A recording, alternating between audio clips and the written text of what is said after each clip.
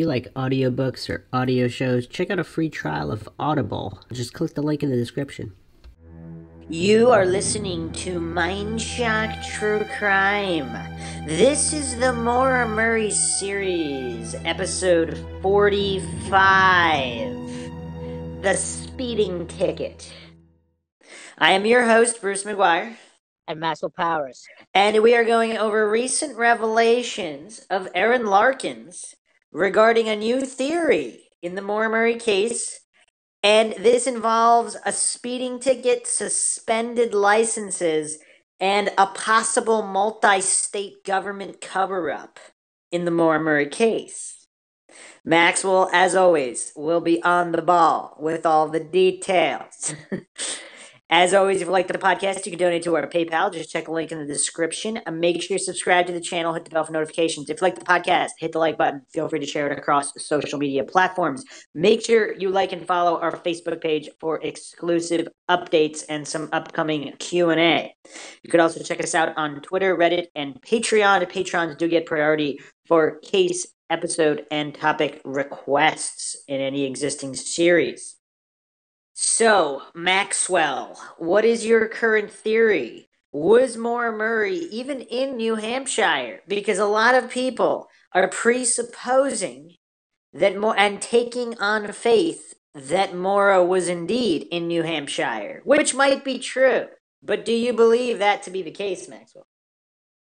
I doubt it. I always think about the car and the supposed tree accident, but Well, I'm going to add another double-edged sword here, uncovered by Erinn Larkin. So, Maura Murray actually got a speeding ticket in New Hampshire for going, I think the speeding ticket said 99 miles per hour in a 65 mile per hour zone, which was 93 north. And this was on July 27th, 2003. So about a half a year prior to her disappearance. And this was around 7 a.m. And people think it's likely she was actually going over 100, but the officer didn't want to put that on the ticket because it wasn't that much over 100, so he gave her a little bit of a break and put 99. And I don't know, that's what people were saying. Now, in this revelatory information, and this speeding ticket resulted in a license suspension in New Hampshire. That means she can't drive in New Hampshire with her current license. She can in Massachusetts, but not in New Hampshire. What do you think, Maxwell? That's interesting. So what is that? So so what does that imply? Like, that means that she should not be, or she wouldn't be in New Hampshire? Okay, well, let's go over all the exact details. So, Erinn Larkin said that she learned this information from Mr. Art Roderick. And that's where she said she originally heard it from, I believe. And then she verified this by doing requests, freedom of information requests, right to know requests, and the Hooksett New Hampshire Police Department, which coincidentally is located near many other areas that we'll get into later in the podcast. But they verified this. So then the ticket was for 99 miles per hour. Okay. Now, Art Roderick told her this, and she was told not to share this information by Mr. Chuck West. This was late February 2019 when she informed him of this. So basically, I'm not sure where this whole thing is going, but does Art Roderick know things that the head of the cold case unit, Mr. Chuck West himself, State Police New Hampshire, so Chuck West either doesn't know, pretends not to know. How does Art Roderick know things that Chuck West doesn't know? And what does Art Roderick really know? And why does he always get triggered whenever the timeline's brought up? But anyway, Erinn was asked not to share this because either they maybe thought that Maura might have been with someone or going to see someone in that area, and that might be related to the disappearance, even though this was back in July 27th. Okay. It is unclear what Art Roderick does or doesn't know, what Chuck West does or doesn't know, and whether or not they share information between themselves. Some people online, the hardcore conspiracy theorists, they believe that the New Hampshire cold case unit has no interest in solving this case. There's some kind of a stand down order from higher agencies. For example, possibly agencies that Art Roderick is privy to information from. But if Chuck West doesn't, or Chuck West's incompetence is just too extreme, so he's not capable of solving this case, but they might not share information between each other. So does that seem like people are actively trying to find Maura, or is this just the facade they put forth to the public so they won't have to disclose any information by pretending they don't know anything and there's nothing to know? No thoughts, Maxwell? No, not really. Maxwell Army. All right. So let's go through the background again. So in the Sharon Rausch notes taken in 2004, close to the time of her disappearance, she mentioned that Fred, Maura, and Billy. Do you know who Bill Rausch is, Maxwell? Yeah, he's been in trouble lately. Do you know who he was at the time of Maura's disappearance? Oh, she was a boyfriend, or he was a boyfriend. Or possibly a very recently ex-boyfriend that couldn't handle it. We don't know. Okay, so in Sharon Rausch's notes, Fred, Maura, and Billy shared a vacation in the White Mountains July 2003. So it seems very possible that this was that same trip in the White Mountains of New Hampshire. So either Fred and Billy or either one of them were in the car with her when she got the ticket, or she was returning from the airport after dropping Billy off, and that's when she got the ticket. And this is what Erinn thinks might have happened, where she's on her way back to the White Mountains in Fred's car. So this is not in the Saturn. Not in the Saturn. This resulted in an approximate $300 fine, a mandatory court appearance on the 27th. And she pled no contest. Her license was suspended for 30 days in New Hampshire. So she could still drive in Massachusetts and other states, just not New Hampshire. So this suspension would have lasted from August 27th, 2003 to September 27th, 2003. She went missing February 9th, 2004. So here's the issue. Are you paying attention, Maxwell? All right, here's the issue. There's a reinstatement fee to get your license reinstated in New Hampshire. So she paid for the ticket, but there is no evidence that she paid the reinstatement fee. So even though the license suspension only lasts 30 days, without paying the reinstatement fee, it's technically still suspended until that fee is paid. So if that fee was not paid by February 9th, if she drove up, her license would have been suspended at the time she was driving unless she paid the fee, of which no evidence exists to this day. Are you following? Yeah. Would her license be suspended all across the country or what? No, as I stated, it is only suspended in New Hampshire. Okay, so that's really interesting. So I'm thinking back, like the cash that she took out could be related to that. You're assuming from the ATM video? Yeah, something like that. Yeah, that's a good point, because the reinstatement fee it can't be a huge fee, so it would be a relatively small fee.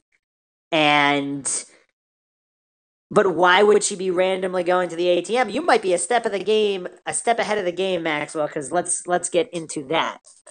So if she knows her license is suspended, or even not, so you remember all of the details, the intricate details of the earlier accident, right, Maxwell? The one before Saturn. No, not the Saturday. The one either between a half an hour and an hour before. Oh yeah. with all the radio chatter, all the stuff that the hardcore coincidence theorists in this case, who take on blind faith as gospel truth, that the accident was not staged, despite the conclusions of private investigators and accident reconstruction experts, as well as many longtime researchers in the case, who all believe that accident scene was staged. And for all intents and purposes, it does seem staged, whether it is or not. It definitely seems staged, and the photographs have never been released from the accident scene. So these hardcore coincidence theorists, they don't want to reference anything about an earlier accident. They want to sweep all that under the rug. But of course, the truth is not afraid of investigation, and this is Mindshock. So if you have not heard the podcasts on the staged accident and the earlier accident, go back and check those out, because there is a mountain of strange occurrences and anomalies that need to be addressed and not swept under the rug for anybody who truly wants to find out what happened that night. Because if you don't know what happened, you have to explore every avenue. So, if she was stopped by a police officer earlier, what would have happened when they ran her license? A suspended license. Yeah, driving with a suspended license. So even though it's not suspended in Massachusetts, if she's in New Hampshire and if she got stopped, they don't just let you go with a suspended license, right? So you would either have to ride along with a tow as your car is getting impounded, or the officer might give you a ride, right? I'm not sure how that works. Have you ever had a suspended license, Maxwell? No. Yeah, But, I don't believe they just let you go back in your car and be like, "Oh yeah, suspended. Oh well, you're good. Just go, be on your way." yeah, I think you were arrested, right? You were brought to the station. Possibly, yeah. Yeah. So now here's the thing though. Of course, so if we look at witness A's account, the SUV 001, which by all available information seems like it was not Cecil Smith. So if there was another officer there, or even Cecil Smith, if that was him, if they parked nose to nose with the Saturn, because if they ran her, like, let's say they ran, but here's the thing, they would have had to stop her and have her license, because if you run the plate, it comes back to Fred Murray. And coincidentally, he actually removed her from the Saturn's insurance, because the car is registered in his name, because he did not want her driving the Saturn. So this is all coincidental, but how would an officer know that Maura was behind the wheel with a suspended license by running the plate? This is something the hardcore coincidence theorists don't want anybody looking at either. Now, I postulated this. If it's connected to the Patrick Vassy hit and run, regardless of whether or not the Saturn was involved, regardless of whether or not Maura was at the wheel and hit Patrick Vassy, or someone else borrowed her car, possibly a rogue CI if Maura herself was not the CI, or just a friend of a friend, or a drug dealer, whoever it was, and Maura was afraid of getting in trouble. If the Saturn itself was flagged, and if Maura herself was flagged, possibly if the Saturn was flagged and police either stopped it or saw it, or it was being monitored while in New Hampshire, they might have had Maura on some kind of list, because the first Bolo had all her information, which, again, how did they have all that information? How did they know it was Maura at the wheel? Or someone reported that to them. We didn't really talk about that either. If someone reported that Maura was in fact driving the Saturn, and the Saturn was involved in something illicit, and then of course we also went over the drug mule possibilities, because black Saturns were one of the top used vehicles for trafficking drugs, and it was also one of the top most stolen vehicles. So if it was a case of mistaken identity with the Saturn, that's another possibility. But on the other side of it, if it really was Maura driving up there with a suspended license, how would that have went down? What if it was some kind of a corrupt officer who was either asking for some kind of a favor to not arrest her, or something went wrong in their altercation, or who knows what would have happened? I mean, it seems unlikely that she would have attacked the officer or anything like that. So but would she have even attempted to flee the scene if the officer was already standing right there? Do you see that as a possibility, and then something went wrong? and the officer got too rough. I mean, if we're talking about McKay, Officer Pepper, did he get too rough because she was either too scared or possibly because the license was suspended? If she knew it was suspended, which we will get to in a moment regarding Erinn Larkin's new theory. What do you think of all that, Maxwell? Any thoughts? Uh, just trying to think of scenarios. Those were good scenarios that you just brought up. Um, yeah, I mean, I don't know. I don't know. I don't know how she would respond. I mean, If she was even up there, of course. yeah, yeah. I mean, if she was pulled over, like, would she run? Like, is she that much trouble that she would run, panic? But there was no sign of that at the scene. So, of course, if it was an earlier accident where there was sign of that and they had to restage the accident because if an officer was involved and he accidentally killed or harmed her, especially if he was trying to ask for a favor of some kind to not arrest her and she refused and there was a struggle, would the officer and possibly someone else restage the vehicle where there would be no evidence of that and just designate it as a DUI walkaway missing person so they would never have to fess up to what happened?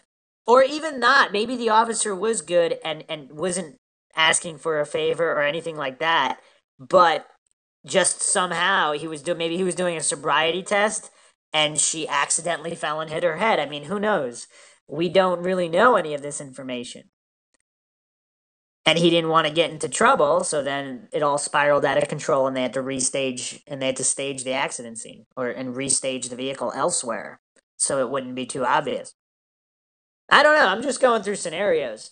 But all we know for sure is that this is not a standard DUI walkaway. There's so many fishy issues here. And of course, all the different government agencies involved and after the fact, all of this involved. Is it possible there's more than one nefarious individual and they're trying to cover up a crime that has nothing to do with Maura, but everything is intersecting? So that's why it looks this way. It's very, very bizarre. So, all right, let's go to Erinn's theory, which is pretty good. So, if Maura only recently found out that there was a reinstatement fee after her Hadley accident, so if it was her in her vehicle in Hadley, Massachusetts, because that whole Saturday night is very bizarre as well. So, if she gets, if there's an accident, the officer wouldn't, because her license is not suspended in Massachusetts. But if they ran it, he could have said, "Oh yeah, by the way, your license is suspended in New Hampshire. You might want to get that taken care of if you drive up there." So that could have alerted her, because if she only knows that on Saturday, is that what prompted her entire trip to New Hampshire? So obviously this is all predicated on if she was driving any of these vehicles, but because we have missing time after the alleged party at Sarah Alfieri's dorm and all of these things that can't be corroborated. So the plot thickens here. Are you ready, Maxwell? Yep, I'm ready. So the narrative that was put forth is that because the Saturn was on its last legs, or however they put it, they were going to get Maura a new car. Do you remember that? That's why Fred was in town? Yeah, he was shopping or something. Okay, so here's a caveat. If your license is suspended in New Hampshire, you cannot register a car even in Massachusetts. So certain states have laws that honor other states' license suspensions. So this is not all states, but New Hampshire and Massachusetts honor each other's license suspensions in relation to registering a vehicle. So Maura would not be able to register a vehicle in her own name in Massachusetts if her license is suspended in New Hampshire, even though she can drive in Massachusetts because her license is not suspended in Massachusetts. That makes sense? Did you get all that, Maxwell? Yeah, can you repeat that? Maxwell Army. All right. Let's say you want to register. You either buy a new or used vehicle in Massachusetts and you want to register it in your name. Okay. You can't do that if your license is suspended in New Hampshire. Oh, okay, yeah, got it. Even though you can drive in Massachusetts, you can't register a vehicle. Oh, so all the records are connected? Not all, but certain states, as I just said. So New Hampshire and Massachusetts, when it comes to registering a vehicle, you cannot have your license suspended in New Hampshire or Massachusetts if you're registering a vehicle. I can see how this is a really good uncovering. Yeah, this is Erinn Larkin's doing. Yeah. Good for her. So, yeah, it's really funny. When it comes to certain things, she's actually very logical and meticulous. But when it comes to anything like Bill Roush or any of these other things, it's like logic switch got turned off. It's kind of weird. But yeah, she does do good work. All right. So if there was a plan to buy a new vehicle and register it in Maura's name, she couldn't do it until she paid this fee in New Hampshire to get her license reinstated there. So, if they were car shopping that weekend, but she gets into an accident on Saturday night, so she might have not even told Fred this information. Because if Fred finds out, he might be annoyed, especially after there's a recent accident. So, she might not be getting a new vehicle. So, she might have tried to get to New Hampshire real quick to get that license issue taken care of so that if Fred came back the next weekend, they could register the vehicle in her name without a problem. Yeah, wow, that's pretty cool. The holes in this theory are, of course, they were supposed to already buy the car. Unless it's weird. And there's conflicting reports, so they're calling, the salvage place, all these other things that don't add up. We went over these in the Silent UMass episodes, and we'll be going over some of these again with the Patrick Vassy connections to the car, the auto repair shops, insurance issues, tow companies, all these things. Alden Olson uncovered some of these connections, which are very, very bizarre. The hardcore coincidence theorists don't want to touch any of them, and they'll just stick their head in the sand and pretend they don't exist. But these are all very, very bizarre issues. And if nobody saw them car shopping, and they weren't really car shopping, but they were trying to get the Saturn repaired, I mean, we don't know. And even if they were, was that really that nefarious? I mean, if they're considering the possibility to repair the Saturn, if it might be cheaper than buying another vehicle, we don't know. But Fred has not really stated that, so we don't know. So the other thing is, if Fred does know all this information, he has repeatedly stated it doesn't matter why she went up to New Hampshire, and that she should just, all the focus should be on finding out what happened in Haverhill, and not why she left UMass and what was going on at UMass. Even though there were other statements, for example, by Sharon Roush, that something happened at UMass and her Amherst friends know. So there's a lot of conflicting statements from a lot of different sides. And if Billy Roush is responsible in some way, or he's a shady character, if he's not a good guy, if he's the bad guy instead of the good guy, which we don't know which he is, all we know is that he's got a lot of information he's not sharing. If he's the bad guy, can we trust his mother, who tried to control the entire situation into maybe even pointing the blame at her UMass friends? But her mother seemed to be concerned with Karen Mayotte and what was going on, her supervisor, and what was going on that Thursday night, because that's all a whole big mess too, where the hardcore coincidence theorists, they're pretending whatever phone call she had to have been on her cell phone and could not have come in on the desk line. Because if it came in on the desk line, the timeline's completely off. And none of this has been verified. And the police report has not been released from Karen Mayotte regarding this issue on Thursday night. So many unanswered questions. All right. You ready? Who's Karen Mayotte again? That was a supervisor at her security job at the dorm. Oh, okay. Remember her breakdown on Thursday night? We spent many episodes talking about it. I'm sure you have a very, very solid recollection of every detail of that. Yeah, I know. Wait, it was Maura that had the breakdown. Allegedly, yeah. Yeah. Wait, she was the witness. Wait, what? Oh, Karen. Yeah. Well, she walked her a certain way. Yeah. Oh, Okay. shit. So here's another mind shock. Maura had made calls to UMass Parking Services. So again, this is from Erinn's recent podcast. They're talking about this. She had a yearly parking pass for the Saturn, which was not cheap, so it was something like several $100s. Erinn postulates that Maura Murray was calling parking services to learn how to transfer the parking pass to a new vehicle, because obviously it'd be pretty expensive to keep the Saturn, which doesn't work, and to get another couple $100 parking pass, that'd be too expensive. Okay, so maybe she was calling to cancel the parking pass, however, because if she was not planning to get a new vehicle or leave, and maybe she was wondering if there was a refund for the remaining unused time. I mean, this is my thought on the matter. Erinn believes she's just transferring it. But if she was looking to cancel, perhaps that would also be a reason for UMass parking services. Okay. Erinn postulates that Maura Murray was going to New Hampshire to pay the reinstatement fee, then drive to Massachusetts to either her sister or her mother's place to leave the Saturn there, then buy a new vehicle with Fred that coming Friday and just have a single parking pass for the newer vehicle. Because I think Fred was just going to scrap the Saturn, but Maura, I mean, it's obviously worth something for scrap metal or parts alone. So Maura was, by all accounts, very frugal, so she would not have necessarily wanted to just write off the vehicle and at least sell it or get some kind of money for it.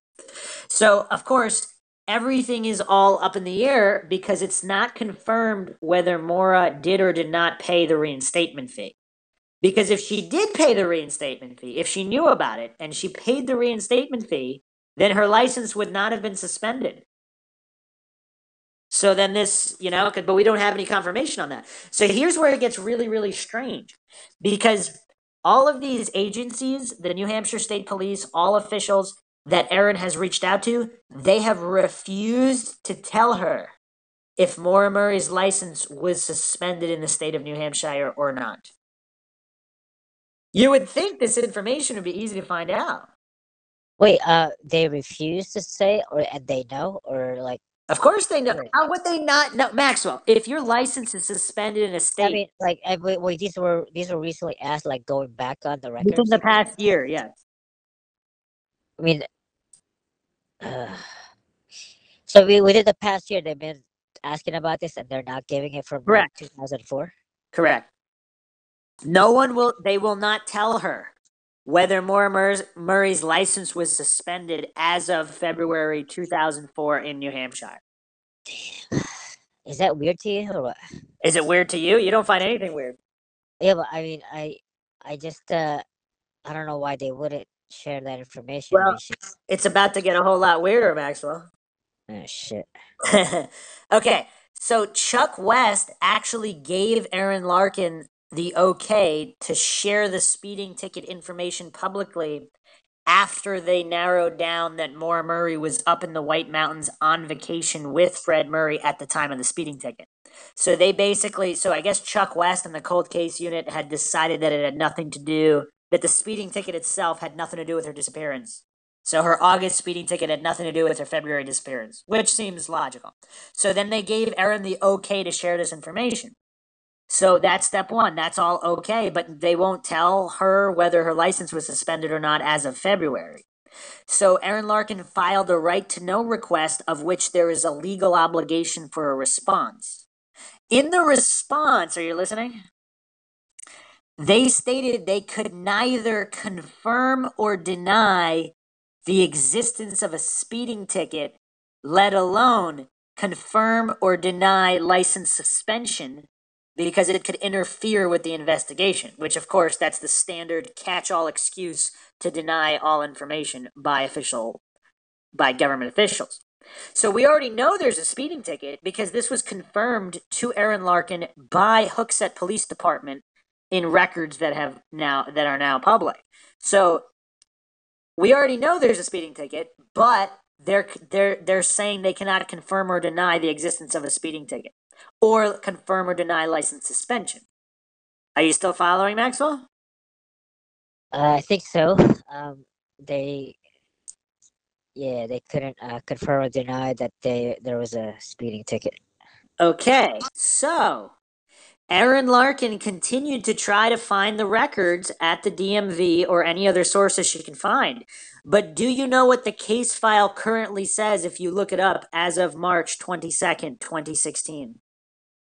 Uh, she, I don't know. What is it? The case file status is destroyed. They destroyed the records of the speeding ticket.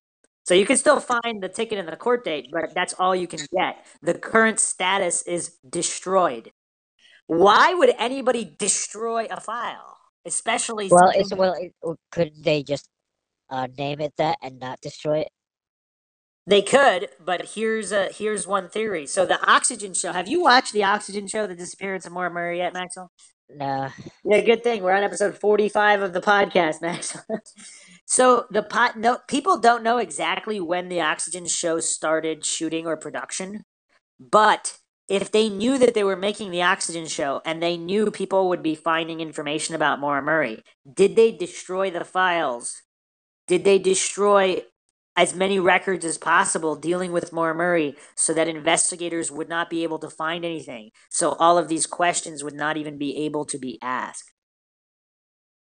So this is the conspiracy theory that Erinn Larkin and her co-podcasters were discussing, was that when state officials found out that the Oxygen Show was doing a documentary, they realized that there might be something in the records, so they destroyed records relating to the Maura Murray case because they didn't want anybody asking questions like these. What do you think, Maxwell? I don't know. Or do you find it not suspicious at all that the state is just destroying files dealing with missing persons that could help find them? Potentially, we don't know. I mean, this is almost as funny as the state of New Hampshire saying that there's no records to release when Fred Murray sued the state. And in other statements, they said that it's the largest case file in New Hampshire state history in terms of missing persons. So it's the largest file ever, but there's no files to release. That's weird.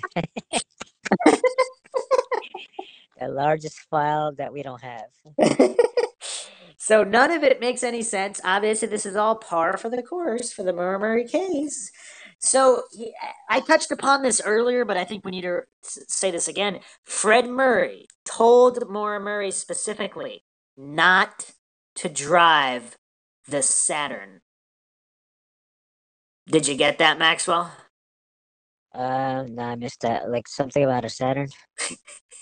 Are you kidding? I just said that like very slow and enunciated for dramatic effect, Maxwell, and you still missed it? Oh man, Maxwell Army. Fred told Maura not to drive the Saturn. He specifically told her not to drive the Saturn. I said it even slowly. How many more times I gotta say it for it to register? But he said this before, like many times, right?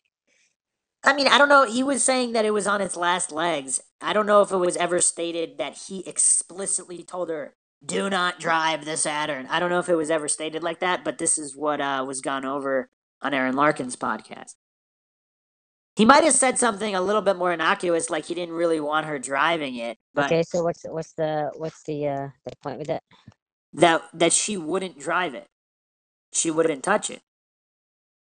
Because she was getting rides to clinicals. Like, she was not driving the Saturn, so why would she drive it that day, even to go up to New Hampshire to get her license reinstated if it was suspended, which we have no corroboration of? Because Fred was the one that drove it to the UMass parking lot in January, the previous time when they locked the vehicles they locked the key out of the vehicle, or it broke down, or whatever the issues were with the Saturn. Fred was the one who drove it to UMass. Maura apparently did not. Also, Julie Murray said that she does not believe that Maura Murray packed up her stuff and that she actually didn't finish unpacking from winter break. And this theory was always at the forefront of the critical thinkers and not simply taking on blind faith as gospel truth the words of law enforcement who might have been steering the suicide angle narrative that Clint Harding bought hook, line, and sinker because he doesn't really like to think critically or logically or, do any kind of real objective research. So again, applying critical thought and deductive reasoning, how would you know whether or not her dorm was packed or unpacked. And so Julie Murray, her sister, is saying that it was like Maura to not have. So it's weird. It's like certain people that are super organized and diligent in their business life or professional life, their home situation might be messy. So like apparently Julie Murray is saying this of Maura. I guess she would know better, but I guess Clint Harding probably thinks that anybody who doesn't line up with the suicide theory is just lying at all times. I'm not 100% sure how he still reasons that Maura committed suicide. It's weird that she was driving up to commit suicide when we have all of this other conflicting information that all points to that. I mean, if there's one thing we know for sure on a podcast where we don't know anything for sure, is that the least likely scenario appears to be the suicide scenario because there's all these unanswered questions. And even if she was driving up there to commit suicide, how does that mean someone would not have taken advantage of her and harmed her? And should they not be held accountable? I guess Clint Harding wants them to get away scot-free because the intention, because of his assumption, his non-fact based assumptions, his assumptions based on misinterpreted words and broken telephone of emotional people and narrative steerers, that because she might have been going up there because she was depressed and suicidal, that somehow if someone harmed her, they should not be investigated in any way and get off scot-free. Justice be damned. Isn't that a weird position to have, Maxwell? Wait, wasn't Clint Harding Billy Rausch eventually, or no?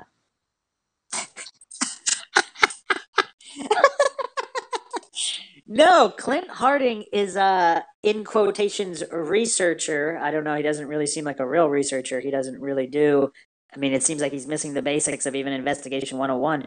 But no, Clint Harding is an actual individual. He's on video in the Missing Maura Murray podcast. Oh, okay, got it. Billy Rausch made fake accounts, but Billy Rausch, unless you're alleging that Billy Rausch is some kind of shapeshifter that could shift into Clint Harding, I don't think he's Clint Harding himself. Or are you saying he paid off Clint Harding to say that she was going to commit suicide so nobody would look at him? Oh, I didn't know he was on video, so I just thought it was a fake account or something. I don't know. I was just guessing. Well, he does have some unhinged. Clint does post in an unhinged troll-like fashion, so perhaps I don't know. Who knows? Perhaps Billy Rausch was pretending to be Clint at certain times. There's so many usernames to keep track of, and all these people pretending to be other people. It's all quite bizarre. So, also let's keep in mind, Fred Murray took Maura Murray off of the insurance, and she was driving, of course, his Corolla on Saturday night. So what we've gone over before is that there's no real evidence the Saturn was on campus that weekend anyway. Because the Saturn could have been moved prior. There's, of course, the Boston sighting. Uncorroborated, of course, but if it's true, I mean, that's a weird one. Some people theorize that in the Hadley accident, she was actually run off the road. So if she told Billy Rausch that someone ran her off the road in the early morning conversation on her dad's cell phone at the motel, so if she's scared and there's something weird going on, if Billy Rausch is the good guy, would that cause him to make this plethora of phone calls trying to get people there to help her out? And especially if she was involved in some kind of CI situation or possibly a nefarious UMass PD cadet or officer of some kind, because what are the chances there's some random cadet there at the witching hour in Hadley that happens to call in the accident? That doesn't make any sense. Does any of this case make sense to you, Maxwell, or do you think you think none of it's weird? You don't think anything's weird, right? Are you like the king of coincidence theorists, Maxwell? Well, I like this ticket thing. I'm just trying to see where it's going. I don't know. It was going somewhere, but now it's like. You know what's crazy though? If she did tell Billy what was going on, maybe he's the good guy. If Billy surmised, perhaps because he's in like military intelligence capacities and psychological warfare and all these other things that he ended up in. What if he's thinking that maybe the people she's trusting at UMass can't be trusted, like Kate Markopoulos? What if he's not calling her because maybe he's thinking she's involved and he's trying to find things out? I mean, we really don't know. All these situations are all over the place because Kate Markopoulos could really be Maura Murray's friend, and Billy Roush was not the good guy. So then, I mean, these scenarios can play out almost any which way, and we have almost no information to corroborate any of it. So it's really hard to theorize on this case, but that makes it even more bizarre because in pretty much all these other missing person cases, there's not these many cases where this many details are not corroborated. It's basically anything can be true at this point because nothing's corroborated. So do you think the suspended license increases or decreases the chances that she would take the Saturn up to New Hampshire, especially if she wasn't even on the insurance? I don't know. It's kind of weird though. So either because if Maura really is the most irresponsible person, because if she really was in the Hadley accident, now she stuffed a rag in the tailpipe of the Saturn so it wouldn't attract police attention when it was smoking because she's driving with suspended license and she's not on the insurance of the vehicle, and she's driving around drunk after wrecking her father's new car a few nights prior.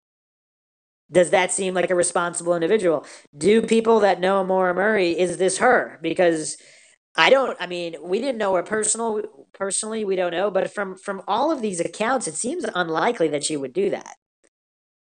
And again, is it just so convenient that there's no evidence corroborating she ever even left Massachusetts? It just seems, I don't know. If that's what happened, that's what happened, but nothing adds up. I mean, the accident scene itself is of course, looks very, very staged, whether it is or not. There's an earlier accident that was reported. There's so many things that don't add up in this case.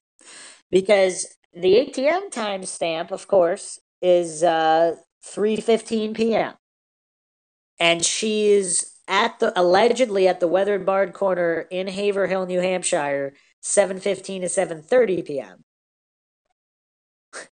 It's funny how some of this is phrased. I'm going to read this very astute post by a researcher on our Reddit. The narrative in this case remains the same, yet the logic it sits on makes no sense when dissected. If Maura was in Hadley, Massachusetts at 3:15 p.m., according to the ATM timestamp, her last known whereabouts, this is, of course, if that's all a legit video, how is she at the Weathered Bard Corner in Haverhill, New Hampshire at 7:15 to 7:30 p.m. if the car she's supposedly driving is running on 3 cylinders and requires a rag stuffed in the tailpipe to keep from smoking? Oh yeah, I forgot she was drinking from a wine box en route to whatever destination she had in mind. The only thing that would make driving the Saturn to New Hampshire more impossible is if she wasn't insured on the vehicle and she had a suspended driver's license. Did you follow that, Maxwell? Nah, I missed it. We're all shocked about that. Yeah, so in short, the narrative is the narrative just keeps getting more and more ridiculous. Even, I mean, if it's true, that's what happened, but it just none of it's really adding up. We also, again, we really don't know the whereabouts of the Saturn. Can we confirm the whereabouts of the Saturn, that it was in the UMass parking lot on February 9th before it was moved to another location, or was it being moved from a different location? Because how irresponsible would she have to be if the day after the accident in Hadley, she's going to a liquor store to buy more alcohol and to go drinking and driving. So if she was drinking and driving that Saturday night in Massachusetts, where she does have a license and presumably might have been on the insurance of Fred's Corolla, so after getting into an accident, she's gonna now go get more alcohol to go drive drunk in a state where she has a suspended license on a car to which she's not insured. Is this a likely scenario, Maxwell? You're not following, Maxwell? The heck's wrong with you? You're like one of the leading experts in this case, and you can't even follow like two sentences.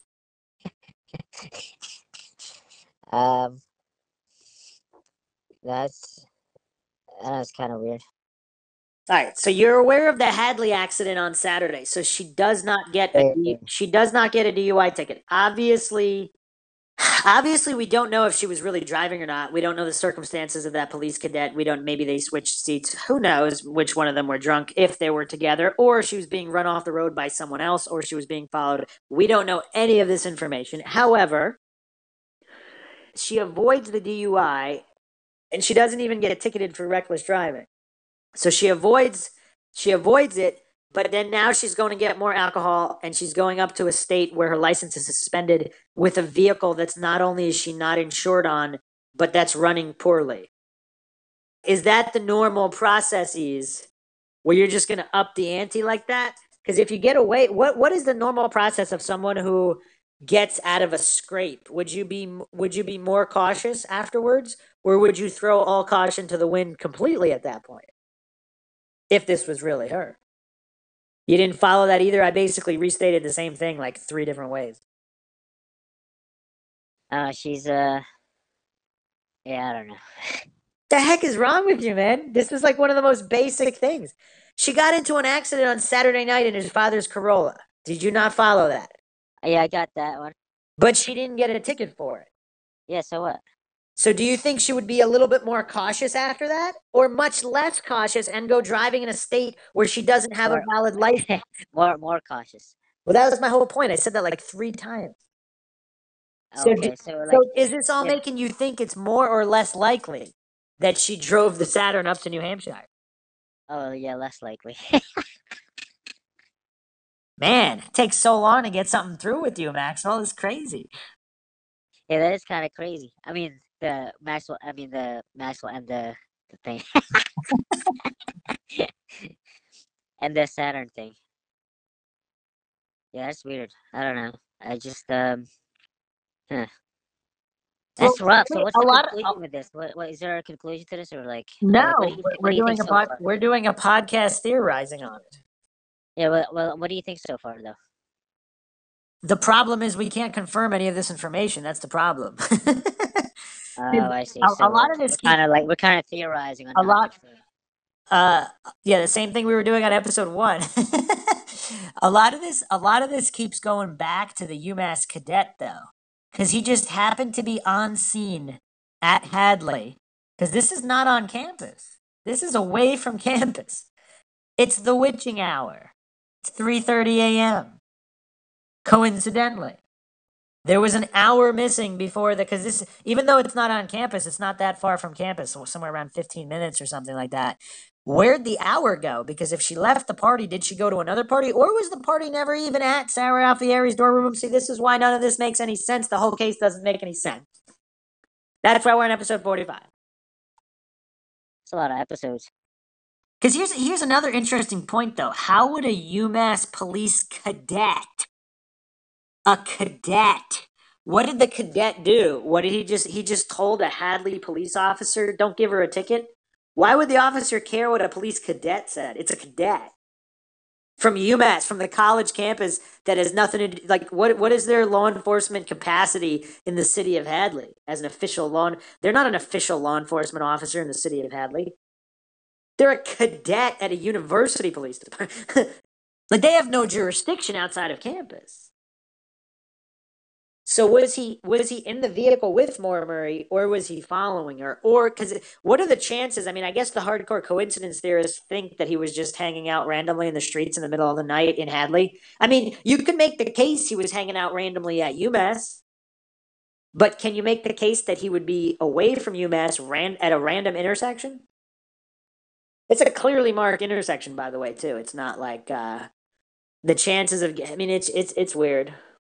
The intersection is not at some high traffic area or like right next to the mall or anything like that. It's off to the side, away from anything. It seems highly unlikely that a random person would just be hanging out at an intersection away from everything. So that means that the cadet was either with Maura or following Maura, right? Yeah. We don't know, but it all keeps coming back to that cadet. Everything keeps coming back to Massachusetts, though. That's another common theme we're seeing here. And again, all the strangeness in New Hampshire it's very bizarre. We will be doing the episode on the DC connections because a lot of people are involved in Washington, DC. A lot of this upper agency shadiness seems to be overshadowing the Maura Murray case and the Maura Murray disappearance. And as I've postulated, I mean, you've been doing this podcast for how long, Maxwell? You don't know what I think already? I think it's possible that something that has nothing to do with Maura Murray intersected Or not. I mean, I'm not saying that's what happened either. I'm just saying this much shadiness, this much weirdness, it's not a standard missing persons case. So, whatever the truth is, I don't think it's that standard. Any final thoughts, Maxwell? No, I'm good. Oh, I forgot to mention. So, Hooksett, New Hampshire is not as far as Haverhill. So, it's roughly 2 hours, 100 miles, that area, depending on how she's going through. But things that jumped out at me, it's not that far from Londonderry, New Hampshire. So if she's visiting, if this was not returning from, and this should be able to be nailed down what was going on when she got this speeding ticket, but if it wasn't from dropping Billy Roush off at the airport, or even if it was, if she knows someone in that area, especially someone trusted, was she also going there on February 9th, 2004? Because that's where that ping was. If you haven't checked out our episode, Ping Pong, check that one out. There's a lot of information there, especially on Lieutenant Todd Landry and him trying to suppress this ping and also creating the false narrative around the Red Cross phone call. So we know it wasn't a phone call from the Red Cross that Billy Roush got. We don't know anything else other than that. But this was the narrative created by Todd Landry for some reason, and there was a lot of interest around the Londonderry area. So she happens to get a speeding ticket not far from there. So Londonderry is roughly 20 miles south of Hooksett. And that's roughly within the radius. So we don't know exactly where she got the ticket. I'm not even 100%. I'm guessing it was the Hooksett Police Department, but because she was driving on 93 in that area. Okay. What else is nearby? Southern New Hampshire University. Did she know somebody there? Was that a party area? Was she going there on Saturday? Some people have theorized that whatever happened could have been set in motion that Saturday. There's also an Amherst in New Hampshire. Don't know what that means, but the coincidences in this case do not seem to end. Also, Bear Brook State Park is right next to Hooksett. And if you don't know about the Bear Brook murders, these were female murder victims. 2 were discovered in 1985, 2 in 2000 at Bear Brook State Park in Allenstown, New Hampshire. So, very, very disturbing case. Suspected is Robert Evans. And that case is a very, very bizarre case in New Hampshire.